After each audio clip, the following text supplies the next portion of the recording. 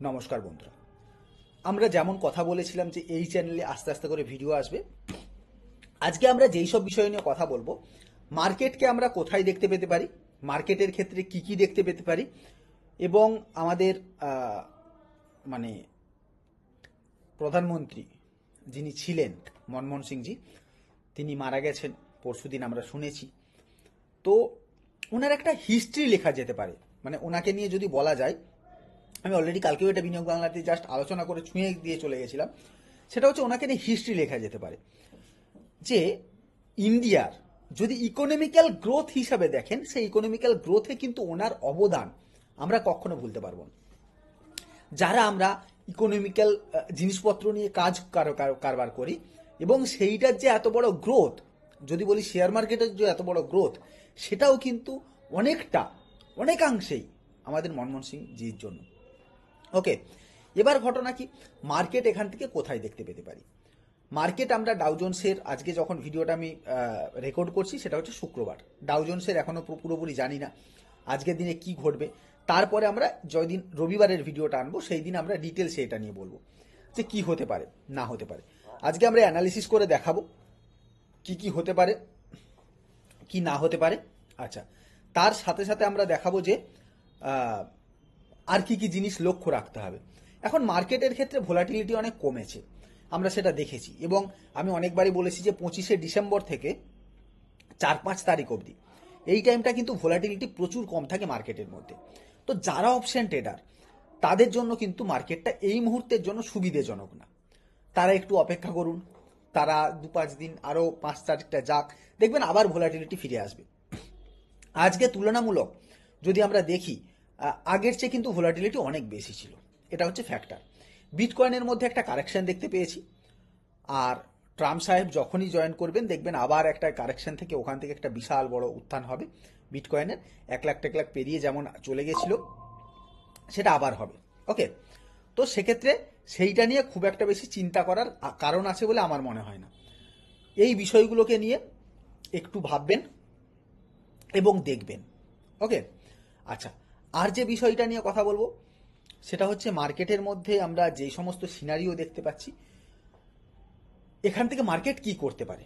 চলুন মার্কেটের সিনারিও নিয়ে এবার কথা বলা যাক। তবে ভিডিও শুরু করার আগে আপনাদের কাছে একটা রিকোয়েস্ট, যেহেতু চ্যানেলটাও নতুন, সেক্ষেত্রে ভিডিওটাকে লাইক করতে ভুলবেন না, কারণ লাইক করলে প্রচুর মানুষের কাছে ভিডিওটা পৌঁছে যাবে, এই চ্যানেলটা খুব তাড়াতাড়ি গ্রোথ হয়ে যাবে এবং আমরা ডবল অ্যাকশনে কাজ করতে পারবো। ওকে, আচ্ছা, তার সাথে সাথে, কারণ অলরেডি আমি প্রায় 4 বছর হয়ে গেল ইউটিউবে, যেখানে আমি প্রোভাইড করে আসছি, আপনাদের সাথে কথা বলে আসছি, বা যতটা সম্ভব আমার যা জ্ঞান সেটাকে আমি প্রোভাইড করে আসছি।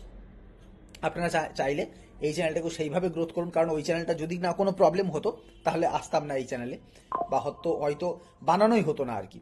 তো সেটা যখন বানানো হয়েছে সেক্ষেত্রে আমরা ভালোভাবে একটা দেখার চেষ্টা করব।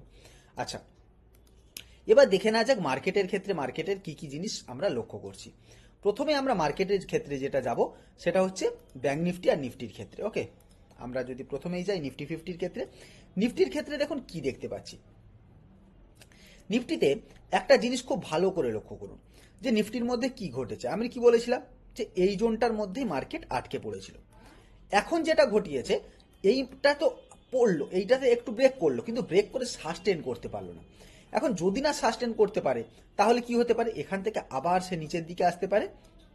আর যদি এই ট্রেন লাইনটাকে ব্রেক ডাউন দেয় তাহলে কিন্তু বেশ বড় পতন আসতে পারে, যেটা এখানে নিয়ে যেতে পারে কত দূর অবধি, 23,222-এর লেভেল অবধি। ওকে, তবে যদি ধরুন এখান থেকে মার্কেট এই জায়গাটা থেকে হয়তো এখান থেকেই ওপেন হলো এবং ওপেন হওয়ার পর আস্তে আস্তে করে যদি ওঠে, তার ক্ষেত্রে যে রেজিস্ট্যান্স জোনটা থাকছে সেটা হচ্ছে 24,055 লেভেল এবং 24,222-এর লেভেল। এই দুটো লেভেলকে কিন্তু আমরা দেখতে পেতে পারি। ওকে, তো এই দুটো লেভেলকে আমরা খুব ভালোভাবে দেখব। এর সাথে সাথে যদি দেখি, এখানে আমরা যদি একটু দেখে নিই জাস্ট ব্যাংক নিফটির ক্ষেত্রে কি ঘটছে। ব্যাংক নিফটিকে আমরা যদি দেখি, দেখুন ব্যাংক নিফটির ক্ষেত্রেও আমরা কিন্তু একই সিনারিও প্রায় দেখতে পাচ্ছি।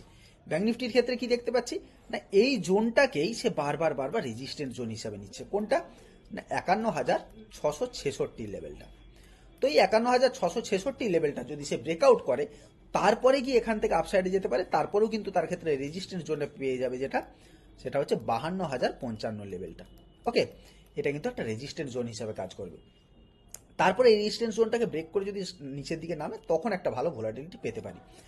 আচ্ছা, আরেকটা বিষয় হচ্ছে গিয়ে কি, যে সবচেয়ে যেটা বড় বিষয় আমরা কালকে কথা বলবো বলে বলেছিলাম, সেটা হচ্ছে একটা নতুন ইন্ডেক্স তৈরি হয়েছে। এখন দেখুন এই দুটো ইন্ডেক্সে, এনএসসি ইন্ডেক্স বলছি মানে আমাদের এক্সচেঞ্জ তৈরি হয়েছে। এনএসসি বিএসসিতে একটা করে উইকলি এক্সপায়ারি ছিল, পুরো বিষয়টা ভালো চলছিল, সেখানে প্রত্যেক দিন এক্সপায়ারি চলে এলো। আচ্ছা, সেটাও ঠিক আছে, সেটাকে আবার ফেলে দেয়া হলো, ভলিউম কমলো, ঠিক আছে।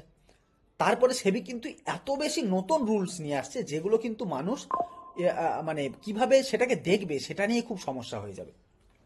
তাই সেবি রুলস অ্যান্ড রেগুলেশন প্রচুর চেঞ্জ হচ্ছে, যেটা আমার মনে হয় কোথাও গিয়ে একটু স্টেবল থাকা উচিত। যেই জিনিসটা দেখাবো আপনাদের সেটা হচ্ছে এমএসসি। এমএসসির ক্ষেত্রে আমরা যদি দেখি এমএসই, আমার মনে হয় পুরোটা দেখতে পাবেন, সেটা হচ্ছে মেট্রোপলিটন স্টক এক্সচেঞ্জ। এটা কি করে না করে, এটা অ্যাঞ্জেল ওয়ানেরটা কেন খুললাম আমি, এখানে যদি দেখেন এদের এক্সচেঞ্জের টোটাল যেটা এরা কি করে না করে এখানে গিয়ে দেখতে পাবেন, এবং সেখানে এরা কিন্তু সমস্ত দিকেই এরা করতে চলেছে। এই ইন্ডেক্সটাকে এমএসসি মানে মেট্রোপলিটন স্টক এক্সচেঞ্জকেও আবারও বিজনেস করার জন্য দিয়ে দেওয়া হয়েছে। যেমনভাবে প্রথমে ছিল বোম্বে স্টক এক্সচেঞ্জ, এর আগে কলকাতা স্টক এক্সচেঞ্জ ছিল যেটা নেই, কলকাতার পরে হয়েছিল Bombay stock exchange, Bombay stock এক্সচেঞ্জের পরে হলো ন্যাশনাল স্টক এক্সচেঞ্জ, এবং তারপরে এলো এমএসসি।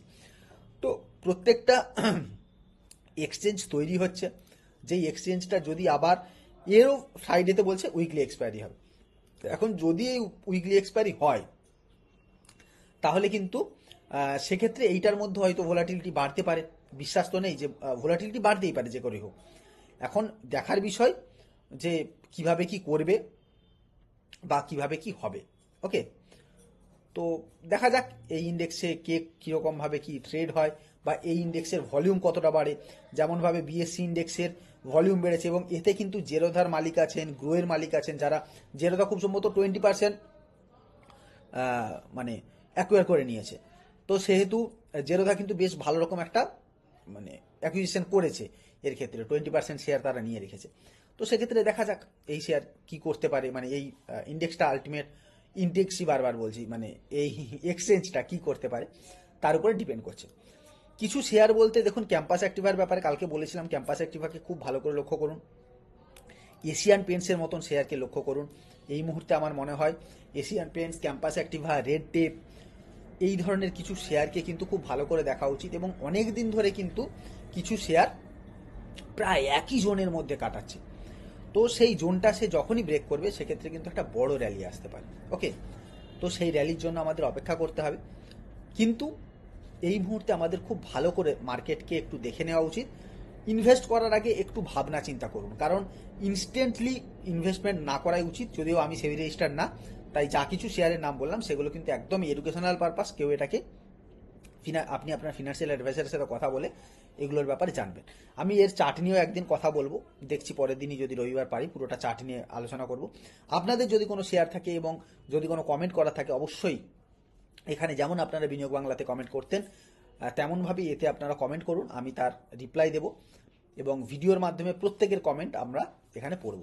এই চ্যানেলে কিছু কিছু ব্লগ আসতে চলেছে, দেখবেন কিছু হয়তো আমি ব্লগ ছাড়বো, পডকাস্ট টাইপের কিছু করার কথা ভাবছি। এই চ্যানেলটা একটু অন্যভাবে ভাববো, আর আগের চ্যানেলটা মনিটাইজেশন পলিসি পুরোপুরি কমপ্লিট হয়ে গেলে সেক্ষেত্রে আমরা ওখানে পুরোপুরি শেয়ার নিয়ে আলোচনা করবো। এখানে বিভিন্ন জিনিসের আলাদা আলাদা অ্যাসপেক্ট যেগুলো আছে সেগুলো নিয়ে আমরা আলোচনা করব।